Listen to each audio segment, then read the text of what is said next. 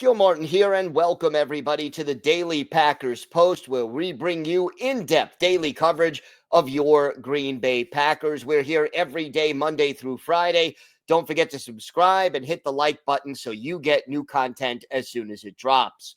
Today, we're going to talk about yet another signing of the Packers' own potential free agents in kicker Brandon McManus, and why I think this was a really, really good move by Brian Gutekunst. McManus signing a new 3-year contract worth $15.3 million. That included a $5 million signing bonus. And this eliminates a potential team need for the Green Bay Packers. We are all familiar with the kicking problems that the Packers had over the last 2 seasons. It all started when Mason Crosby, who was the kicker between 2007 and the end of the 2022 season, well, the Packers decided he was 38. Time to, look for another option. Crosby was the team's all-time leading scorer, 1,918 points. And to tell you just how good Crosby was, the next highest scorer in Packers history, Ryan Longwell, with 1,054 points. So Crosby almost has double the number of points that Longwell did. He is essentially 800 points and change ahead of the next nearest competition. So Brian Gutekunst drafted Anders Carlson in the 6th round in 2023. Carlson made it through one season, but led the NFL in missed kicks. Just wasn't consistent, had too many misses, including a miss in the playoff game against San Francisco that would have given the Packers a 7-point lead late in the 4th quarter in a game they eventually lost by 3 points. So Gutekunst goes out, brings in competition, signed 5 or 6 kickers if you count, OTAs and training camp, and none of them end up making it. Greg Joseph, Carlson, none of them win the confidence of Rich Bisaccia and Matt LaFleur. So what happens? The Packers end up signing Braden Narveson. He plays for the first 6 games of the season, but Narveson wasn't reliable either. Strong leg, but not consistent. He had a great training camp with Tennessee, but they let him go.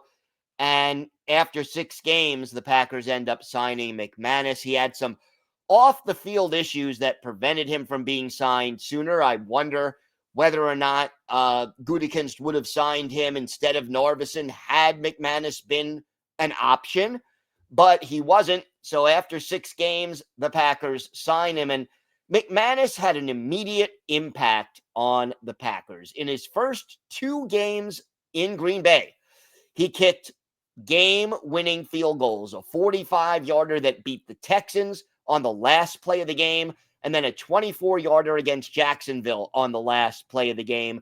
2 walk-off game-winning field goals in his first 2 games as a Packer.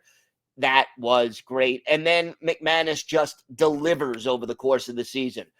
Tried 30 extra point attempts, made all 30. Tried 21 field goals in the season in the last 11 games. Only missed 1 out of the 21, and that was on a rainy, windy day at Lambeau against the Lions, where literally that missed kick, you saw the wind just hold up the ball, and it doesn't get to the uprights. So here is a guy who just was so consistent and reliable, was 3 for 3 from 50 yards and beyond, which is really good. And other than that one miss against the Lions, he did not allow the cold and the wind at Lambeau Field to really affect his kicking. Now, some people may be concerned, okay, this is a 3-year contract. McManus is going to turn 34 in July. And if he was a wide receiver or running back, I'd be very concerned. But for a kicker at the age of 34, so if he stays through all 3 years of this contract, he'll be 37. Again, Crosby was 38 during his final year with the Packers. They could always let him go sooner if he does show signs of inconsistency or that his leg strength is waning. Let's face it, the job of any NFL kicker, even a veteran like McManus, is never that secure because of the high pressure situation.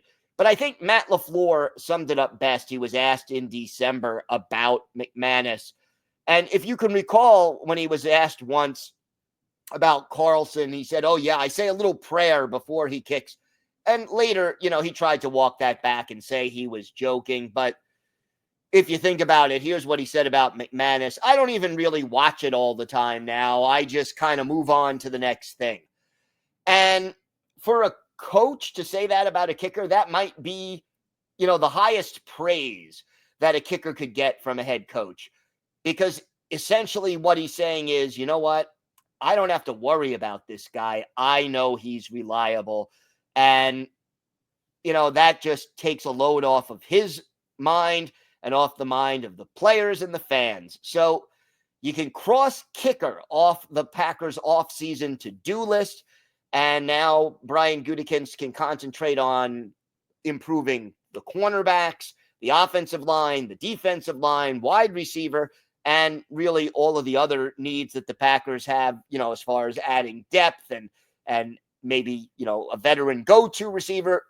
These are things that we've talked about in many of our previous videos, and we will continue to talk about throughout the offseason. But this was a good move.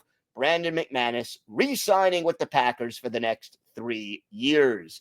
Thank you so much for watching the Daily Packers Post. Don't forget to check out our website at thepackerspost.com for in-depth daily articles about your Packers. And, of course, we're here every day, Monday through Friday on YouTube. So don't forget to subscribe, hit the like button so you never miss an episode. I'm Gil Martin. Have a great day, everybody. And thank you so much for listening to and watching the Daily Packers Post. Go Pack Go.